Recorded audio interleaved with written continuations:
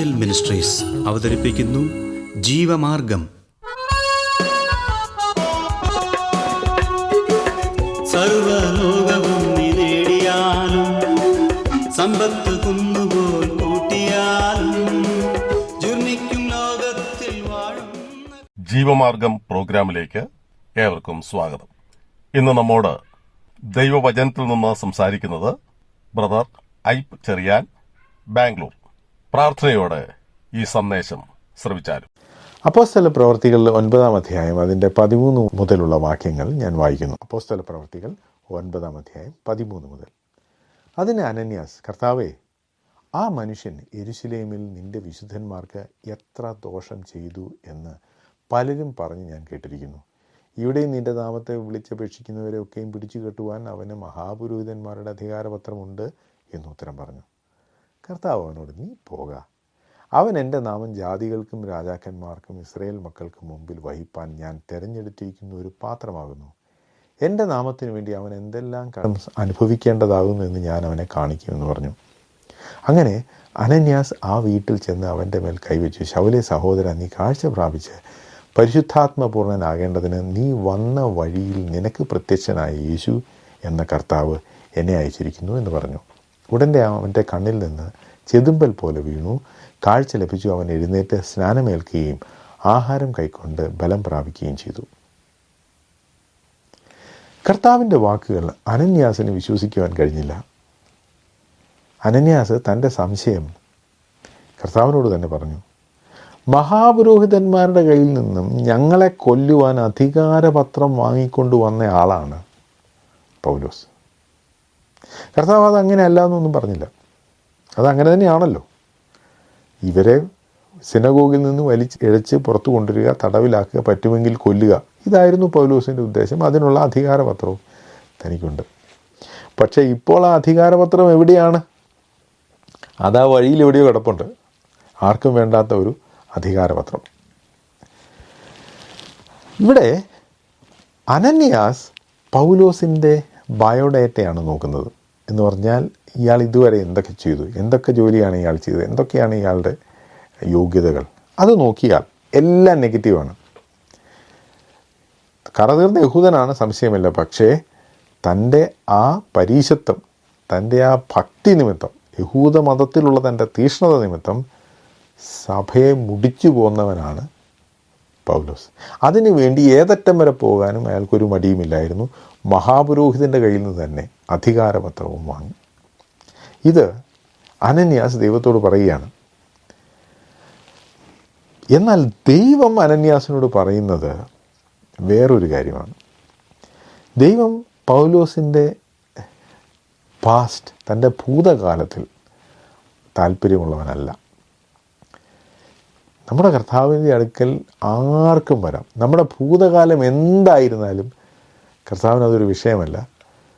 നിങ്ങൾ ആത്മാർത്ഥമായ കർത്താവായ യേശു ക്രിസ്തുവിൻ്റെ അടുക്കൽ വന്നാൽ നിങ്ങളുടെ ഭൂതകാലത്തുള്ള എല്ലാ പ്രശ്നങ്ങളും മാറ്റിവെച്ചിട്ട് നിങ്ങളെ സ്വീകരിക്കുവാൻ കർത്താവ് തയ്യാറാണ്.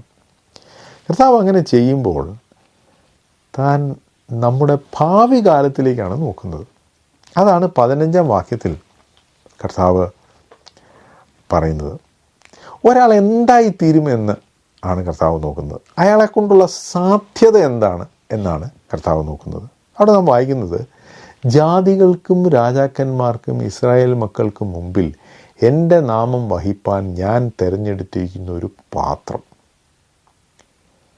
ജാതികൾ, രാജാക്കന്മാർ, ഇസ്രായേൽ മക്കൾ, ഈ 3 കൂട്ടരുടെ മുമ്പിലും കർത്താവായ യേശുക്രിസ്തുവിൻ്റെ നാമം വഹിക്കുവാൻ വേണ്ടി തിരഞ്ഞെടുക്കപ്പെട്ട ആളാണ് പൗലോസ്. പൗലോസ് അതാണ് ചെയ്യാൻ പോകുന്നത്. ഇനി നമ്മൾ തുടർന്ന് പഠിക്കുമ്പോൾ അത് കാണും. ദമസ്കോസിലാണ് പൗലോസ് ആദ്യമായി യേശുവാണ് കർത്താവ് എന്ന് പ്രസംഗിച്ചു തുടങ്ങിയത്, യേശുവാണ് മെസ്സിഹ എന്ന് പ്രസംഗിച്ചു തുടങ്ങിയത്. അത് ആദ്യം താൻ ചെയ്തത് സിനഗോഗിലാണ്, യഹൂദന്മാരുടെ ഇടയിലാണ്. എന്നാൽ പിന്നീട് നാം വായിക്കുന്നത്, താൻ പോയ എല്ലാ സ്ഥലത്തും യേശുവിനെക്കുറിച്ച് താൻ സാക്ഷിയായി. ജാതികളായ ആളുകളുടെ അടുക്കിലേക്ക് താൻ പോയി. അവരുടെ മുമ്പിൽ താൻ യേശുവിൻ്റെ സാക്ഷിയായി. പിന്നീട് പല രാജാക്കന്മാരുടെയും മുമ്പിൽ പൗലോസ് സാക്ഷിയായി. നമ്മൾ വിചാരിക്കും രാജാക്കന്മാരോടൊക്കെ സംസാരിക്കുവാൻ പൗലോസിന് എങ്ങനെ സാധിച്ചു എന്ന്. നമ്മൾ തൻ്റെ മിഷണറി യാത്ര വായിച്ചാൽ അവസാനമാകുമ്പോൾ തന്നെ അറസ്റ്റ് ചെയ്തൊരു തടവുപുള്ളിയായി വിചാരണയ്ക്കായിട്ടാണ് രാജാക്കന്മാരുടെ മുമ്പിലും ഗവർണർമാരുടെ മുമ്പിലും കൊണ്ടുപോകുന്നത്. അപ്പോൾ താൻ ചെയ്ത തെറ്റെന്താണ് എന്ന് ആളുകൾ ചോദിക്കുമ്പോൾ തൻ്റെ സ്വന്തം ഡിഫെൻസിനായിട്ട് വേറൊരു വക്കീലല്ല, താൻ തന്നെ തൻ്റെ സാക്ഷ്യം പറയുകയാണ്. യേശുക്രിസ്തു തൻ്റെ ജീവിതത്തിൽ വരുത്തിയ മാറ്റത്തെക്കുറിച്ച് പറയുകയാണ്. അങ്ങനെ രാജാക്കന്മാർക്കും ജാതികൾക്കും മുമ്പിൽ താൻ സാക്ഷിയായി. കൂടാതെ യെരുശലേമിൽ തന്നെ പിതാക്കന്മാരെ എന്ന് അഡ്രസ്സ് ചെയ്തുകൊണ്ട് താനൊരു പ്രസംഗം നടത്തുന്നുണ്ട്. അപ്പോൾ യെരുശലേമിലുള്ള ഇസ്രായേൽ മക്കളുടെ മുമ്പിലും കർത്താവായ യേശുക്രിസ്തുവിൻ്റെ നാമം വഹിക്കുവാൻ ദൈവം പൗലോസിനെ തിരഞ്ഞെടുത്തിരുന്നു. പലപ്പോഴും നമ്മൾ ആളുകളെ നോക്കിയിട്ട് നമ്മൾ അളക്കും. ഇയാൾ ഇത്രേ പഠിച്ചിട്ടുള്ളൂ, ഇയാളുടെ ബാക്ക്ഗ്രൗണ്ട് ഇതാണ്, ഇയാൾക്ക് ഇത്ര വിദ്യാഭ്യാസമില്ല, സ്വാധീനമില്ല, കഴിവുകളില്ല എന്നൊക്കെ പറഞ്ഞ് നമ്മൾ ആളുകളെ ചെറുതായി കാണും. എന്നാൽ ദൈവം അങ്ങനെയല്ല ആളുകളെ കാണുന്നത്. ഈ വ്യക്തിക്ക് എന്തായി തീരാം എന്നാണ് ദൈവം നോക്കുന്നത്. ആ ആറ്റിറ്റ്യൂഡിലാണ് ദൈവം ആളുകളെ വിളിക്കുന്നത്. ആ മനോഭാവത്തിലാണ് ദൈവം ആളുകളെ കാണുന്നത്. നമുക്കും ആളുകളെ അങ്ങനെ കാണാൻ സാധിച്ചിരുന്നെങ്കിൽ എന്ത് നന്നായിരുന്നു.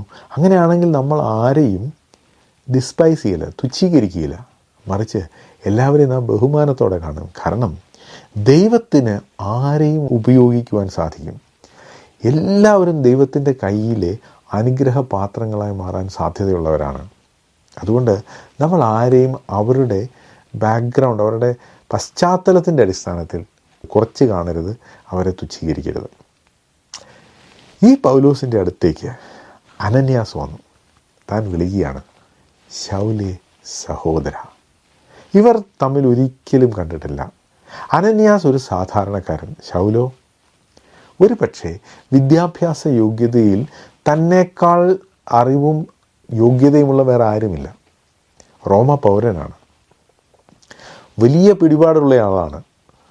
ചോദിച്ചാൽ മഹാപുരോഹിതന് ഒരു എഴുത്തെഴുതി കൊടുക്കും, അത്ര സ്വാധീനമുള്ള ആളാണ്. പക്ഷേ ആ ആളുടെ അടുത്ത് വന്ന് അനന്യാസ് എന്ന സാധാരണക്കാരൻ അയാൾ വിളിക്കുകയാണ്, ശൗലേ സഹോദര. എന്തൊരു കുളിർമയുള്ള വിളിയാണത് അല്ലേ? അനന്യാസ് വന്ന് തൻ്റെ മേൽ കൈവച്ചു. തൻ്റെ കണ്ണിൽ നിന്നും ചെതുമ്പൽ പോലെ വീണു. താൻ കാഴ്ച പ്രാപിച്ചു. അത് ചെയ്യുന്നതിന് മുമ്പ് തന്നെ താൻ പറഞ്ഞു, നീ കാഴ്ച പ്രാപിച്ച് പരിശുദ്ധാത്മപൂർണനാകേണ്ടതിന് ആണ് ഞാൻ വന്നിരിക്കുന്നത്. നിന്നെ വഴിയിൽ വെച്ച് കണ്ട ആ കർത്താവ് തന്നെയാണ് എന്നെ അയച്ചിരിക്കുന്നത്. ഇവിടെ അതൊരു പ്രധാനപ്പെട്ട കാര്യമാണ്. കാരണം പൗലോസും അനന്യാസും തമ്മിൽ യാതൊരു ബന്ധവുമില്ല. എന്നാൽ അനന്യാസ് ഈ കാര്യം പറഞ്ഞപ്പോൾ നിന്നെ വഴിയിൽ വെച്ച് കണ്ടുമുട്ടിയ കർത്താവിനെ അയച്ചു. പൗലോസിന് മനസ്സിലായി ഈ കാര്യം ഞാൻ വേറെ ആരോടും പറഞ്ഞിട്ടില്ല, പക്ഷേ അനന്യാസിന് അത് അറിയാം. അതിൻ്റെ അർത്ഥം കർത്താവാണ് അനന്യാസിനെ അയച്ചിരിക്കുന്നത്. അവൻ ദമസ്കോസിലുള്ള ശിഷ്യന്മാരോടുകൂടെ കുറേ നാൾ പാർത്തു എന്ന് നാം വായിക്കുന്നുണ്ട്. അവിടെ അനന്യാസ് ശൗലിനെ സ്നാനപ്പെടുത്തി, താൻ കാഴ്ച പ്രാപിച്ചു, പരിശുദ്ധാത്മ നിറവുള്ളവനായി തീർന്നു. നമുക്കറിയാം കർത്താവായ യേശു ക്രിസ്തുവുമായുള്ള എൻകൗണ്ടർ, ആ സംഭവം നടന്നു കഴിഞ്ഞ് 3 ദിവസം തനിക്ക് കാഴ്ചയില്ലായിരുന്നു. ആളുകൾ തൻ്റെ കൈ പിടിച്ചാണ് ദമസ്കോസിലേക്ക് കൊണ്ടുപോയത്. ആ 3 ദിവസത്തിനുള്ളിൽ തനിക്ക് കാര്യങ്ങൾ മനസ്സിലായി, അനുസരിക്കുവാനുള്ള മനസ്സ് കാണിച്ചു. താൻ സ്നാനപ്പെട്ടു, തൻ്റെ കണ്ണിൽ നിന്നും ചെതുമ്പ പോലെ വീണതും തനിക്ക് കാഴ്ച ലഭിച്ചു. മാത്രമല്ല താൻ പരിശുദ്ധാത്മപൂർണ്ണം എന്ന് പറഞ്ഞാൽ പരിശുദ്ധാത്മ നിറവുള്ളവനായി തീർന്നു. ഇനി തന്നെ കൈപിടിച്ച് നടത്തേണ്ട ആവശ്യമില്ല, താൻ തന്നെ നടക്കും. കാരണം പരിശുദ്ധാത്മാവ് തന്നെ നയിക്കും. താൻ ആദ്യം ചെയ്തതെന്താണ്? അവൻ ദമസ്കോസിലുള്ള ശിഷ്യന്മാരോട് കൂടെ കുറേ നാൾ പാർത്തു. യേശു തന്നെ ദൈവപുത്രൻ എന്ന് പള്ളികളിൽ പ്രസംഗിച്ചു. പൗലോസിൻ്റെ ജീവിതത്തിൽ യേശുവാണ് കർത്താവ് എന്ന് തനിക്ക് ബോധ്യമായപ്പോൾ തൻ്റെ എല്ലാ ജോലിയും മാറ്റിവെച്ചിട്ട് താൻ പറഞ്ഞു, യേശു തന്നെ ദൈവപുത്രൻ. അത് പറയാൻ പൗലോസിന് യാതൊരു ലജ്ജയും ഇല്ലായിരുന്നു. ഈ സന്ദേശം ശ്രദ്ധിച്ച എല്ലാ പ്രിയപ്പെട്ടവർക്കും കർത്തൃനാമത്തിൽ നന്ദി. ബൈബിൾ കറസ്പോണ്ടൻസ് കോഴ്സിൽ ചേർന്ന് പഠിക്കുവാൻ ആഗ്രഹിക്കുന്നവർ മേൽവിലാസം അയച്ചു തന്നാലും പ്രാർത്ഥനാ വിഷയങ്ങളും അറിയിക്കുമല്ലോ.